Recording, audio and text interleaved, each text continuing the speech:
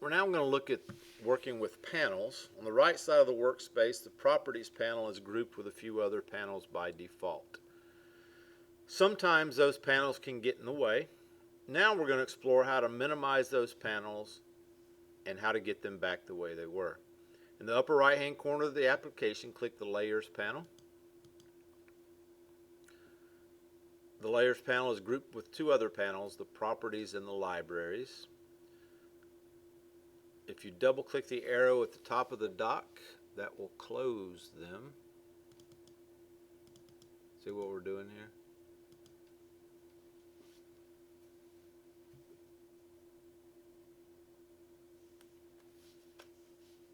If you click it once, I didn't mean to say double click. Click it once and that hides it. Click it another time and it opens it back up. You can also drag the left arrow in or out, however you want it to be.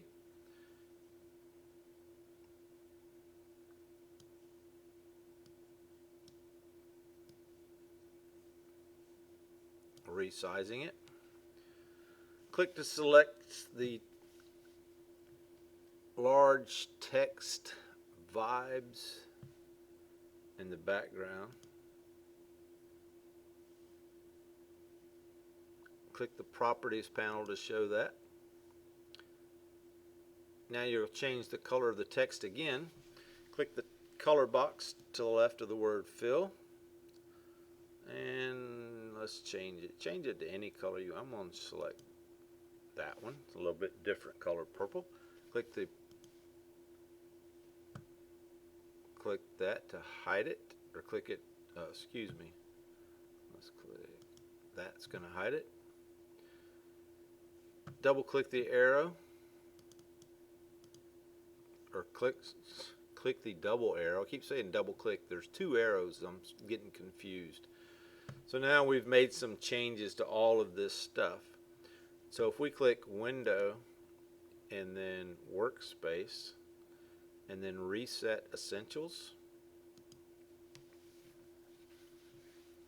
we've now reset it to what it was before.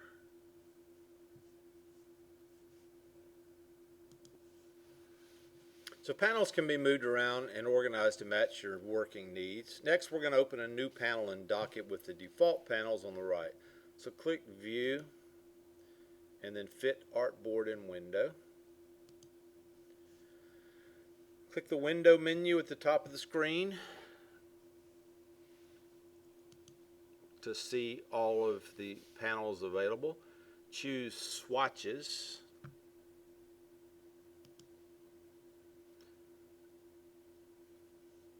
Panels you open that do not appear in the default workspace are free floating, like this one.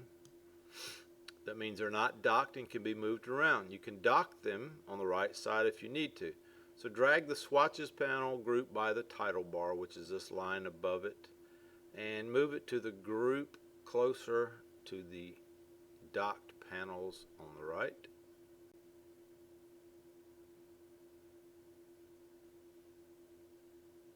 You'll see a blue line above the dock panels when you go to release it.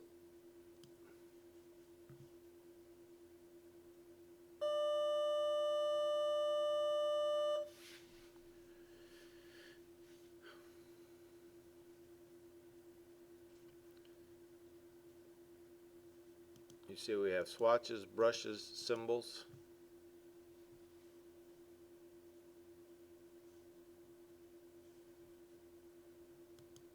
You can hide it in there. So we can move all of these things around.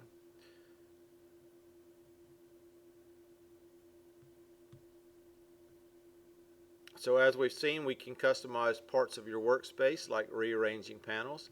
As you make changes like opening and closing panels and changing their position, among other things, you can save that arrangement as a workspace and switch between workspaces while you work. Illustrator also comes with a host of workspaces that are tailored to various tasks. Above the dock panels, click the Workspace switcher at the right of the application bar, which is right there. You could also choose Window Workspace Layout for another one. So you're going to see a number of workspace listed. Each has a specific purpose and will open panels and arrange your workspace accordingly. Choose Layout. You'll notice a few major changes in the workspace. One of the biggest is the control panel, which is docked at the top of the workspace. All of this up here. It's similar to the Properties panel. It offers quick access to options, commands, and other panels relevant to the currently selected content. Also, notice all the collapsed panel icons on the right side of the workspace. All of these along here.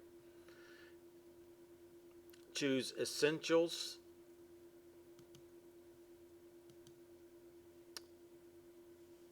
And that goes back to the Essentials. Choose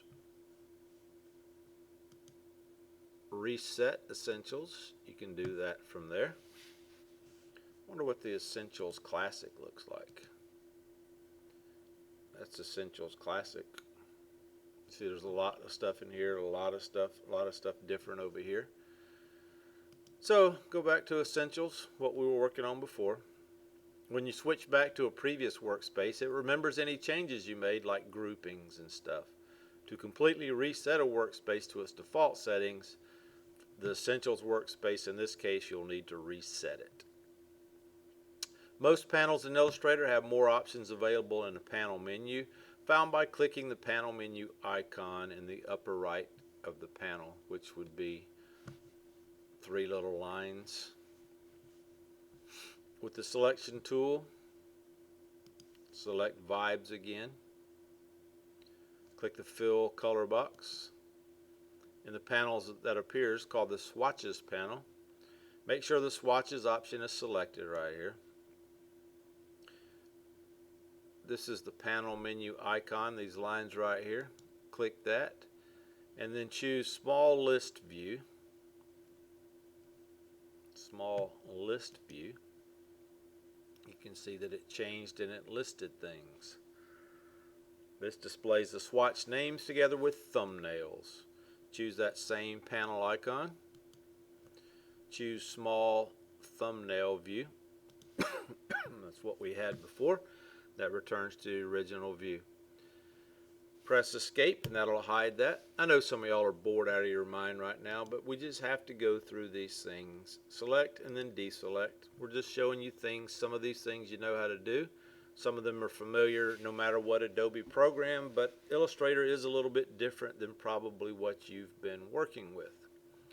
So move the pointer over the dark gray area surrounding the ad and then right click, and that's going to show you a context menu that displays commands specific to the open document. You can choose Zoom Out, and that'll make the ad appear a little smaller. The content of context-sensitive menus will change depending on what the pointer is positioned over. In other words, it changes depending under the context. If you decided that you wanted to change what this appearance looked like, if you're on a Mac, you would click Illustrator,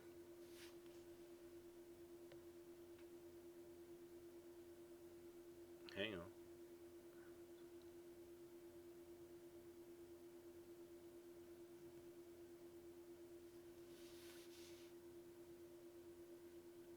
you can go and you can change, go to User Interface. If you're on a Windows, you would click Edit and then Preferences and then User Interface. And when you get this, for example, I've seen some of you, your screen may look like this, it may look like this, it may look like this.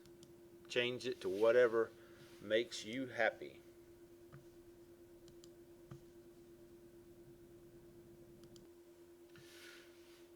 While working in files, you'll likely need to change the magnification level and navigate between artboards. The magnification level, which can range from 3.13% to 64,000%, is displayed in the title bar or document tab next to the file name. See it up here, or down here in the bottom left-hand corner. There are many ways to change the zoom level, and in this section we'll explore several of the most widely used methods. If you click, and we've done this, if you click View and then Zoom in, and then view, and then zoom in again. There's also shortcuts for that if you looked. View, and we've done this, fit artboard and window. If you're on a Mac, you'll be Command 0 or Control 0 if you're Windows. If you need to zoom in on a specific area, like the starting at $89 text, you can select that content. So if I select that content and then click View, zoom in, it goes to that content. Press the Shift key and select the star as well, and then choose Object and then Group, and those two objects are now grouped together. And then let's go to View, Fit Artboard and Window, or you can do Control 0 or Command 0, whichever one you want to do. And then select, deselect. So that group is no longer selected. Select the zoom tool on the toolbar. There's another thing. And then move over into the document. And you notice there's a plus sign that appears in the center of the pointer. Move over the word Vibes on the shoe and click there. The artwork is displayed at a higher magnification depending on your screen resolution. Notice that where you clicked is now in the center of the document. Click 2 more times on that vibe text. It's increased again. Notice it's still centered with the zoom tool still selected. Press the Option key on a Mac or Alt key, and you can see that it's now a minus sign. Click the artwork twice and that moves it back out.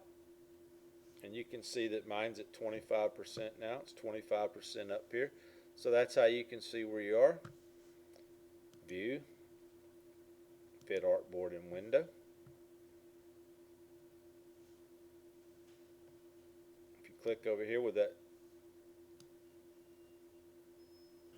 I think I'm about to get interrupted.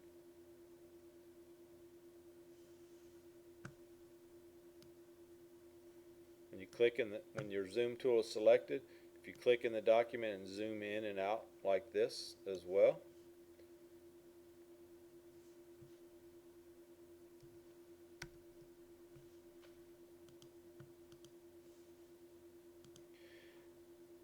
Fit Artboard and Window. It's a great place to end this video, and we will do some more nonsense in the next video.